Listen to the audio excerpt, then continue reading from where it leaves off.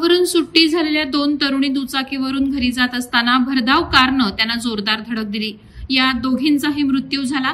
ही घटना नवी मुंबईतील कोपरी येथील पाम बीच मार्गावर घडली। दरम्यान कार चालकानं तरुणींना उडवल्यानंतर पळ काढलाय। या प्रकरणी एपीएमसी पोलीस ठाण्यात गुन्हा दाखल झालाय।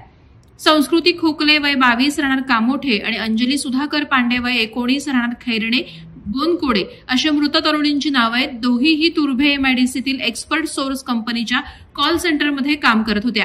रविवारी सकाळी कामावरून सुटल्यानंतर संस्कृती आपल्या दुचाकीवरून अंजलीला सोडण्यासाठी तुर्भे एमआयडीसीतून एपीएमसी मार्गे खैरणे बोनकोडे येथे जात होती।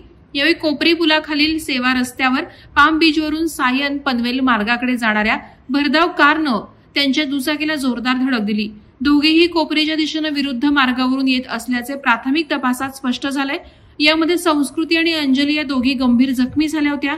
त्यांना महापालिकेच्या रुग्णालयात दाखल करण्यात आलं। मात्र त्यापूर्वीच संस्कृतीचा मृत्यू झाला, तर उपचार सुरू असताना अंजली पांडे हिचा देखील मृत्यू झाला।